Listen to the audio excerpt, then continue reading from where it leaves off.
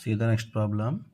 6,000 రూపీస్ను అప్పు తీసుకుని 15% వడ్డీ రేట్తో 3 years టైంలో ఎంత మొత్తం చెల్లించమని అన్నాడు.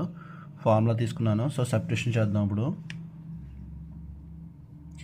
సో పీ వాల్యూ ఎంత మనకి 6,000 into 1 plus rate of interest 15, time ఎంత 3 years బై 100 హోల్ బ్రాకెట్ పెట్టేసుకున్నాం.